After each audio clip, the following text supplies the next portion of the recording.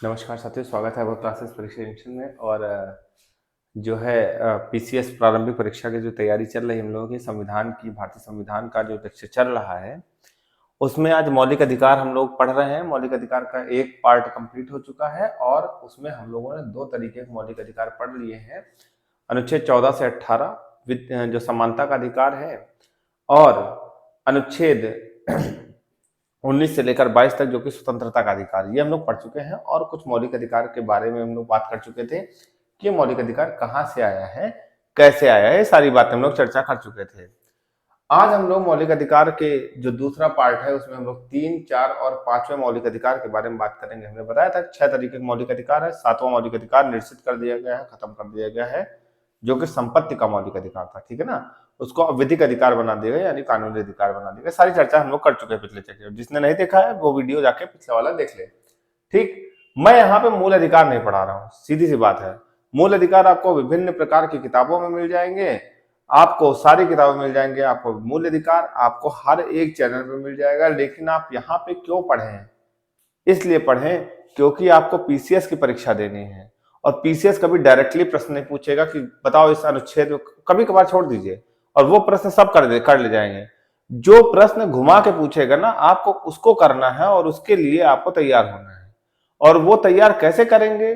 जब आपको एक एक लाइन की गूढ़ता का आपको एहसास होगा, उसको आपको नॉलेज होगा, आपको उसमें निहित तथ्यों के बारे में पता होगा कि वो चीज क्यों है, कैसे है, तब आप उस चीज को बता पाएंगे, आप एग्जाम में सॉल्व कर पाएंगे। बहुत स्लाइटली डिफरेंस करते हैं प्रश्न में और आप गड़बड़ कर देते हैं। मूल अधिकार आते हुए भी गड़बड़ कर देते हैं, क्योंकि आप पढ़ते वनडे एग्जाम की तरह है और देते हैं एग्जाम पीसीएस का, तो आप गलत कर देते हैं। आपको एक एक लाइन में एक एक शब्द का अर्थ पता होना चाहिए, तब आप पीसीएस और आईएएस की परीक्षा में बैठकर उस एग्जाम को उत्तीर्ण कर सकते हैं। क्यों मैं ऐसा कह रहा हूं? मूल अधिकार तो आपके इसमें भी आते हैं, एसएससी में, यूपी ट्रिपल एससी में भी पूछा जाता है। मूल अधिकार आपके आईएएस और पीसीएस एग्जाम में पूछा जाता है। तो उसमें डिफरेंसेस क्या होते हैं, उसमें अंतर क्या होता है? यही अंतर होता है। जब आप एक एक लाइन का अर्थ समझ जाए ना, तो आप समझिएगा कि आप पीसीएस की परीक्षा और आईएएस की परीक्षा के लिए तैयारी कर रहे हैं। जब आप सीधे सीधे अनुच्छेद याद कर, विधि के समय समता का अधिकार, अनुच्छेद 14, धर्म, मूल वन जाति, लिंग इत्यादि के आधार पर विभेद का प्रतिषेध, अनुच्छेद 15, लोक नियोजन में अवसर की समानता, जब आप इस तरह याद करके जाएं तो आप वनडे एग्जाम की तैयारी कर रहे हैं। जब इसका मतलब समझ के जाएं तो आप सिविल की तैयारी कर रहे हैं। यही अंतर होता है, इससे ज्यादा कोई अंतर नहीं होता। ठीक है ना? चलिए, हम अंतर कई बार बता चुके हैं। अब जिसको समझ में आना होगा आ जाएगा, नहीं समझ में आना हो जिंदगी में कभी नहीं समझ में आएगा। चलिए बात करते हैं भारतीय संविधान की। एक सेकंड जरा रुकिएगा, मैं एक सेकंड में बस आता हूं।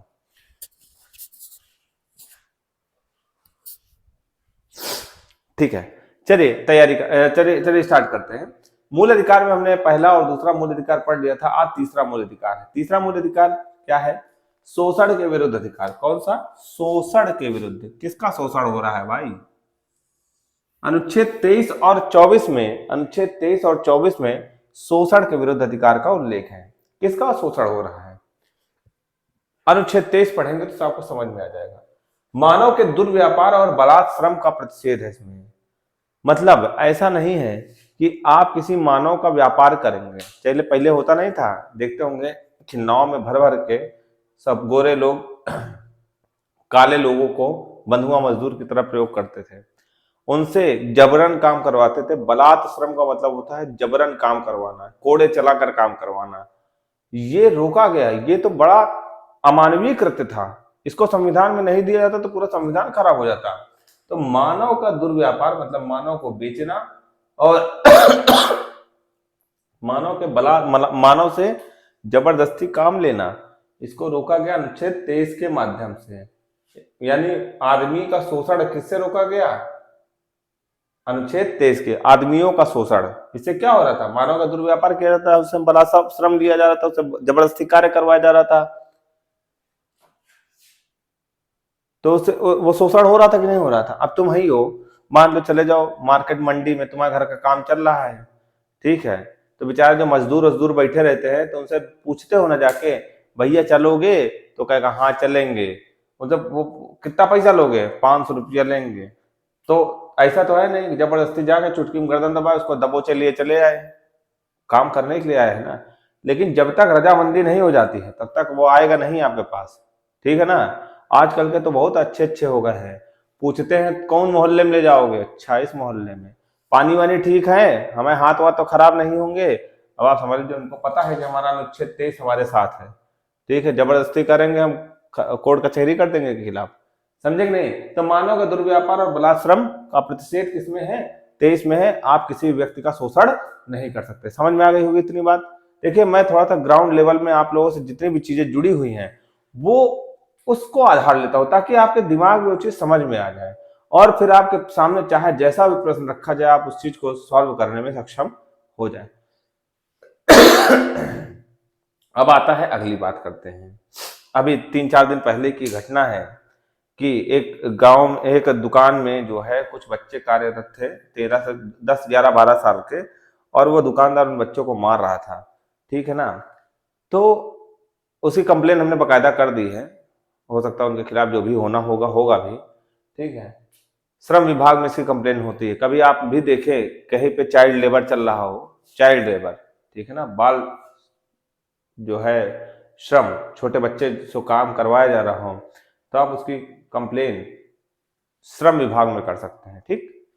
तो उसी संबंधित एक अनुच्छेद है कि छोटे बच्चों से ऐसे ऐसी जगह पे काम लिया जाता है, उनको खनन विभाग में खनन में लगा दिया जाता था, जहां पे उनकी जान की दिक्कत थी, जान पर बनाती थी, उनको विनिर्माण कार्यों में, उनको कारखानों में लगा दिया जाता था, ठीक है ना। इससे उनका भविष्य खराब हो जाता है।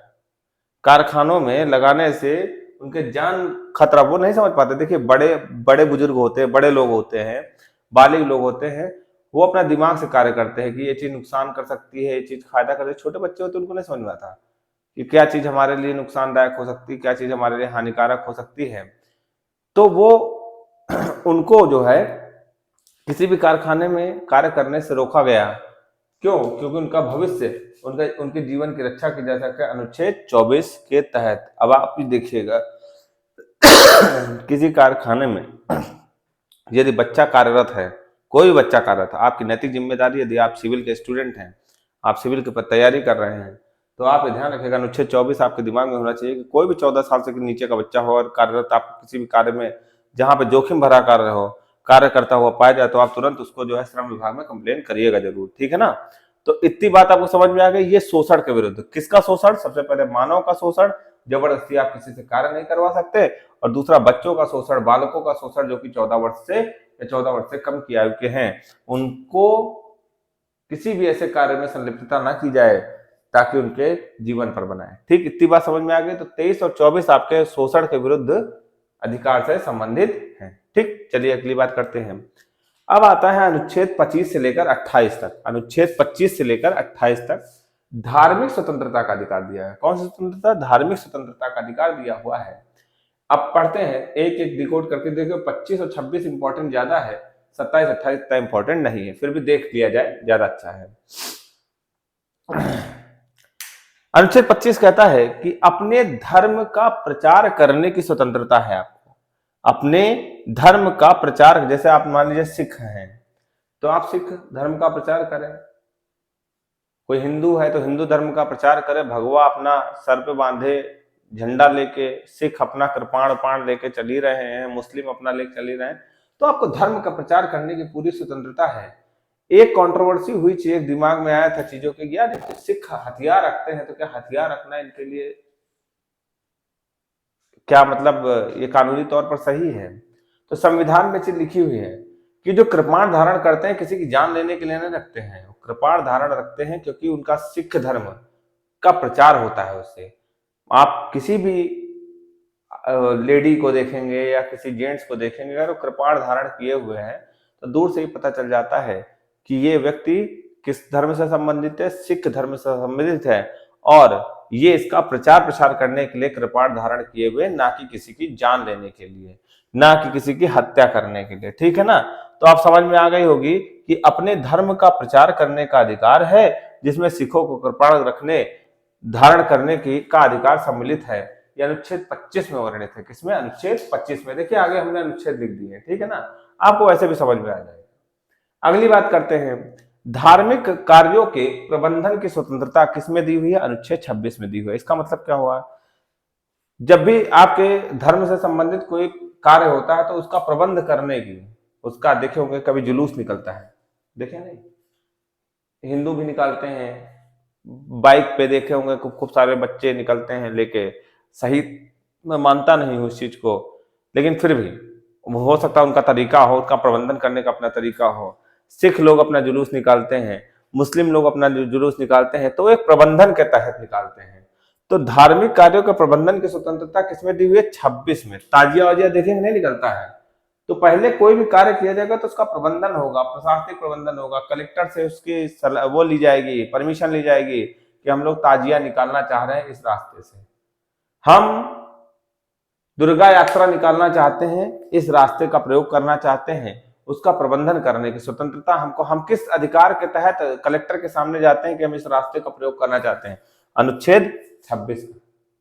समझ में आ गई? तो धार्मिक कार्यों के प्रबंधन की स्वतंत्रता हमें अनुच्छेद 26 में मिली है।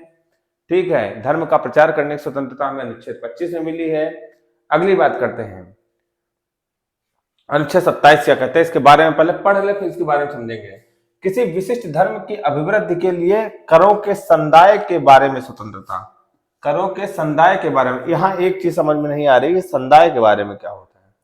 जैसे आप किसी भी व्यक्ति को इस चीज के लिए जबरदस्ती नहीं कर सकते हैं कि हमें धर्म का प्रचार प्रसार करना है, इसके लिए आप पेमेंट करिए, संदाय करिए, भुगतान करिए। इसका मतलब पेमेंट से संबंधित होता है। मतलब नहीं समझे? फिर दोबारा बताता हूं। जैसे मान लीजिए आप हिंदू धर्म के हैं और 4 ठो चटुए आपके आसपास आ गए। चटुओं को मतलब समझते हैं? मतलब जो धर्म का दिखावा करते हैं, धार्मिक है नहीं, उनको बस केवल क्या चाहिए? पैसे चाहिए, शाम को नशा करने के लिए पैसा चाहिए, उनकी हम बात कर ले हैं, लिए पिए दारू अपना टन है तुम्हारे पैसे से। अब समझो, वो आपसे पैसा जबरदस्ती दे देना, पैसा, हिंदू धर्म की अभिवृद्धि करनी है, हिंदू धर्म को बढ़ाना है, हमें पैसा चाहिए चाहे जैसे दो, तो ये कार्य आपको इस कार्य के लिए बाधित नहीं कर सकते हैं। ईसाई धर्म के लोग हैं, हमें ईसाई धर्म का जिस 10 12 15 20 लोग मिले, कहे सारे ईसाइयों घर चलो और कहो कि 100 100 रुपया, 50 50 रुपया, 500 500 रुपया, 1000 1000 रुपया जबरदस्ती लो कि हमें ईसाई धर्म का प्रचार प्रसार करना है। आप किसी भी व्यक्ति को, आप किसी भी व्यक्ति को आप जबरदस्ती नहीं कर सकते हैं, चाहे वो किसी धर्म से हो, कि इस धर्म का प्रचार प्रसार करने के लिए, इस धर्म की अभिवृद्धि करने के लिए, इस धर्म को बढ़ावा देने के लिए हमें पैसे की आवश्यकता है। कोई नहीं कर सकता। किस स्वतंत्र उसमें उस व्यक्ति को कौन से अनुच्छेद के तहत स्वतंत्रता मिली है? अनुच्छेद 27 के तहत। ठीक, अगली बात करते हैं, राज्य विधि से पूर्णता पोषित किसी शिक्षा संस्थान में धार्मिक शिक्षा नहीं दी जाएगी। अनुच्छेद 28। इसका मतलब क्या हुआ? राज्य विधि से पोषित मतलब जिसमें सरकार पैसा दे रही है, जिस शिक्षा संस्थान के लिए सरकार पैसा दे रही है, उसमें सभी धर्मों से संबंधित शिक्षा होनी चाहिए। ऐसा धर्म से संबंधित शिक्षा होनी ही नहीं चाहिए, होनी ही नहीं चाहिए, ऐसा लिखा हुआ है अनुच्छेद 28 में। ऐसा नहीं है कि राज्य पैसा दे रहा है, क्योंकि भाई देखो सीधी सी बात है, हमारे देश में सर्वधर्म समभाव की भावना है कि नहीं है? सर्वधर्म समभाव की भावना है, यानी सभी धर्मों को एक समान भावना है। अब सरकार दे रही है पैसा और उसमें पढ़ाया जा रहा है हिंदू धर्म के बारे में, उसमें पढ़ाया जा रहा है मुस्लिम धर्म के बारे में। किसी पर्टिकुलर हिंदू टीचर आया तो उसने हिंदुओं के बारे में पढ़ाना शुरू कर दिया, मुस्लिम आया तो मुस्लिमों ने पढ़ाना शुरू कर दिया, या फिर मुस्लिम संख्या ज्यादा है तो मुस्लिमों के बारे में पढ़ाना शुरू कर दिया, हिंदुओं की संख्या ज्यादा है तो हिंदुओं के बारे में पढ़ाना शुरू कर दिया। ऐसा नहीं चलेगा। अगर राज्य पैसा दे रहा है तो सभी धर्म संभावना की भावना से वहां पे पढ़ाई होगी। किसी विशेष शिक्षा संस्थान, किसी विशेष धर्म की शिक्षा वहां पर नहीं दी जाएगी। ये कहां पे लिखा है? अनुच्छेद 28 में लिखा हुआ है। इतनी बात समझ गए? तो 25 से लेकर 28 तक धार्मिक स्वतंत्रता का अधिकार का वर्णन है। धार्मिक स्वतंत्रता के अधिकार का 25 से लेकर 28 तक। अगली बात करते हैं, मैं एक एक शब्द का अर्थ बताऊंगा, और ये मैंने 25 से 28 क्यों लिखा, मैंने 24 से 23 24 क्यों लिखा, मैंने वहां पे 19 से 22 क्यों लिखा था, मैंने 14 से 18 का है लिखा था, सारे चीजों के बारे में बताएंगे, क्योंकि पीसीएस कैसे कैसे प्रश्न पूछती है वो नॉलेज होनी चाहिए। ठीक है, आपको प्रश्न पत्र, आप युद्ध क्षेत्र में जा रहे हैं, सामने वाला किस तरह से तलवारबाजी कर सकता है, आपको सब चीजें पता होनी चाहिए, तभी आप इस युद्ध क्षेत्र में जी सकते हैं। अन्यथा नहीं जी सकते हैं। ठीक, चलिए अगली बात करते हैं। संस्कृति और शिक्षा संबंधी स्वतंत्रता संबंधी अधिकार, संस्कृति और शिक्षा संबंधी अधिकार अनुच्छेद 29 और 30 में दिया हुआ है। अनुच्छेद 29 और 30 में सबसे पहले इसके बारे में हम लोग जानते हैं कि अल्पसंख्यक क्या होते हैं। जब देश आजाद हुआ ना, देश में जब आजाद नहीं हुआ था उससे पहले दो मेनली हिंदू और मुस्लिम रहते थे। सिख, ईसाई, जैन, पारसी ये सब रहते थे, लेकिन मेनली हिंदू और मुस्लिम रहते थे। जब देश आजाद विभक्त हो गया, बट गया, तो हिंदुओं की संख्या ज्यादा हो गई, मुसलमानों की संख्या हो गई कम। ठीक है, तो मुस्लिम हुआ, सिख हुआ, ठीक है ना, मुस्लिम हुआ, सिख हुआ, जैन हुआ, पारसी हुआ, ये लोग संख्या में कम हो गए। अब इनको समानता देनी थी, इनको अधिकार देने थे, तो कहा गया कि ये लोग अल्पसंख्यक हो गए। अल्पसंख्यक का मतलब होता है संख्या में कम। अल्पसंख्यक का मतलब क्या होता है? संख्या में कम।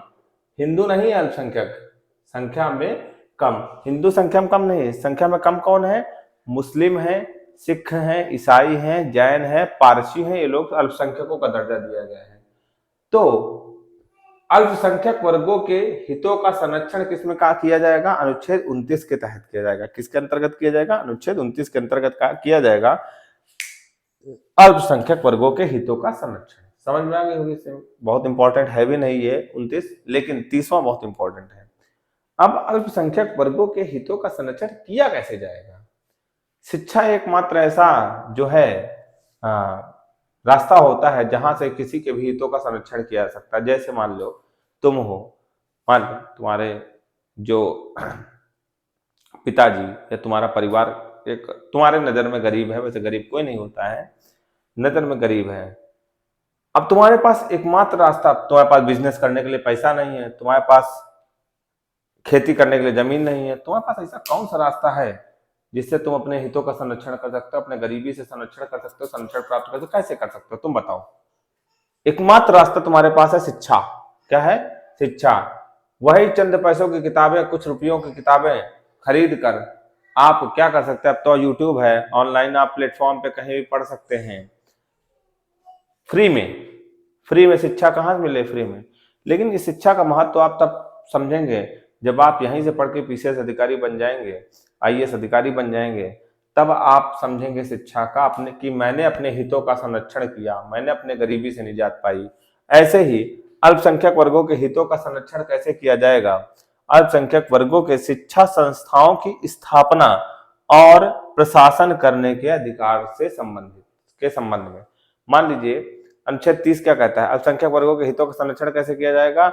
उनको एक अधिकार दे दिया गया है कि आप अपने शिक्षण संस्थानों की स्थापना करिए, आप वहां पर प्रशासन करिए, कोई दिक्कत नहीं। मदरसों की स्थापना होती है कि नहीं होती है? वहां मुस्लिम शिक्षा दी जाती है, लेकिन ध्यान रखिएगा कि वहां पर राज्य विधि से कोई तरफ वित्त पोषण नहीं किया जाता है, उन लोगों के लिए अलग ही प्रावधान है। मदरसों की स्थापना होती है कि नहीं होती है? वहां पर शिक्षा दी जाती है कि नहीं दी जाती है? दी जाती है। वो लोग शिक्षा संस्थानों की स्थापना कर सकते हैं, अपना पढ़ाई कर सकते हैं, कोई रोक नहीं है, कोई टोक नहीं है। तो किसके तहत? अनुच्छेद 30 के तहत। इतनी बात समझ में आ गई?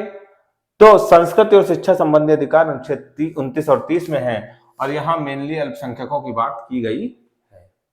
ठीक, अब आपका देखिए 31 और 31 पढ़ेंगे नहीं हम लोग, सीधा पढ़ेंगे 6वां मौलिक अधिकार, संवैधानिक उपचारों का अधिकार, अनुच्छेद 32, और आपका ये चैप्टर लगभग समापन की ओर होगा। बच्चों देखिए, अब आपको एक चीज करना है कि आपने मूल अधिकार पढ़ लिया है, तो आप दिमाग में रखिए कि इतना अगर आपने वीडियो देख लिया, मैं एक बार हटे जा रहा हूं, आप स्क्रीनशॉट ले लीजिएगा इसका, ठीक है ना? ठीक, अब आप ये समझिए कि इतना आपने मूल अधिकार पढ़ लिया है, तो अब आपको कैसे पता चलेगा कि सर ने सही मतलब जो पढ़ाया है वो आईएएस और पीसीएस दोनों के एग्जाम के लिए है या नहीं। आप घटना चक्र की पूर्वावलोकन ले लीजिएगा, या फिर कोई भी ऐसी किताब ले लीजिएगा जिसमें मूल अधिकार से संबंधित प्रश्न हो, और या फिर जितने भी चैप्टर हम पढ़ा चुके हैं, अगर आपके प्रश्न सॉल्व हो जा रहे हैं तो आप समझिएगा कि आपकी तैयारी चाहे वो आईएएस की हो चाहे पीसीएस की हो, वो एकदम एक्यूरेट है। ठीक है, जरूरी नहीं है कि मैं यहाँ पे किसी स्पेशल कोचिंग का टैग लगाकर पढ़ाऊं तभी आपकी पढ़ाई करवा सकता हूँ।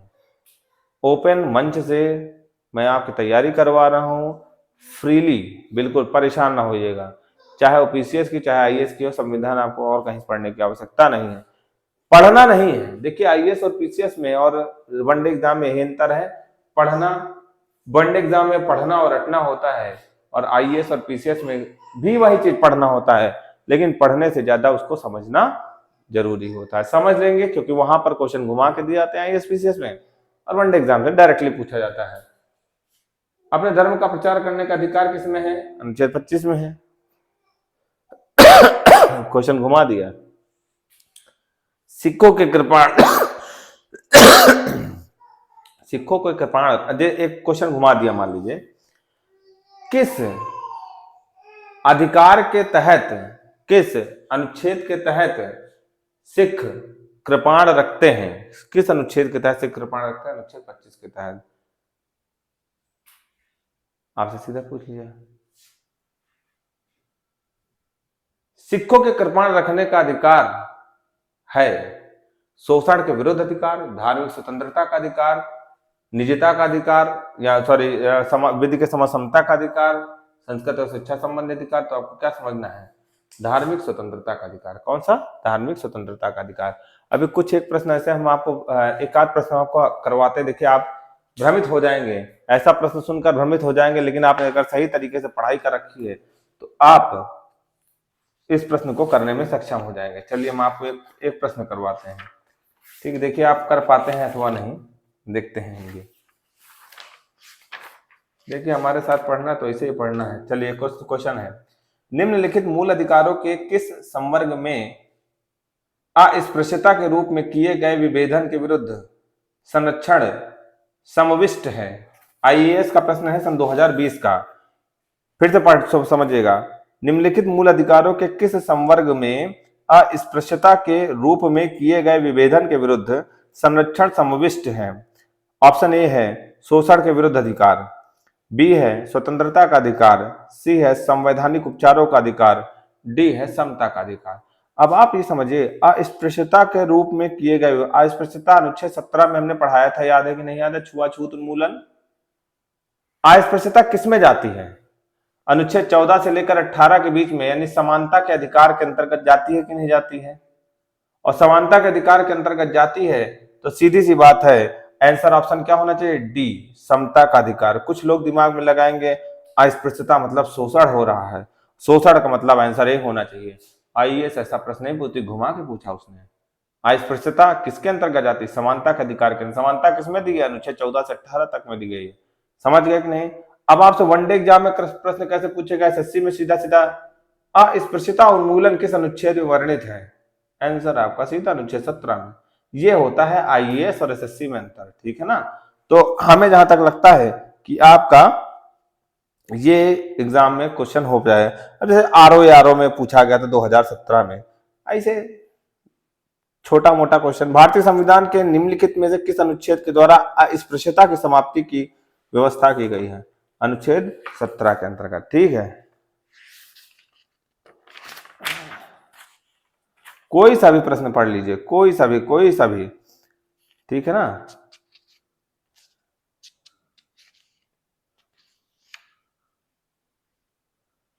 कोई सा ऐसा प्रश्न नहीं जो आप नहीं कर पाएंगे, सारे प्रश्न आप कर ले जाएंगे। तो आज के लिए इतना ही। अब आपको संवैधानिक उपचारों का अधिकार और कुछ एक जो इंपॉर्टेंट प्रश्न होंगे उनको हम करवा देंगे, ताकि आप सारे के सारे प्रश्न करने में सक्षम हो जाएं। ये पुस्तिका आप खरीद लीजिए, ये पुस्तिका बहुत अच्छी है आपके प्रैक्टिस करने के लिए, ठीक है? बहुत, इसमें सारे आईएएस और पीसीएस के प्रश्न जो अभी तक आए हुए हैं, लगभग कब से आए हुए हैं, मैं इस पुस्तिका को खरीदने की सजेशन दे रहा हूँ, ठीक? अच्छी किताब है। मैं बता दे रहा हूँ कि कब से इस प्रश्न में, सन 2000 और भी पहले से, काफी पहले से इसमें 1996, 1997 ऐसे भी प्रश्न दिए हुए हैं, ठीक है ना? बहुत पुराने प्रश्न दिए हुए हैं। 1993 से लेकर 2021 तक के प्रश्न दिए हुए हैं। तो अभी तक नहीं बना है नया प्रश्न, तो अब बनेगा भी नहीं। तो दोस्तों इतना ही कर लीजिएगा, आपके लिए पीसीएस प्रारंभिक परीक्षा एकदम बहुत आसान होने वाली, ठीक है ना? धन्यवाद, आज के लिए इतना ही।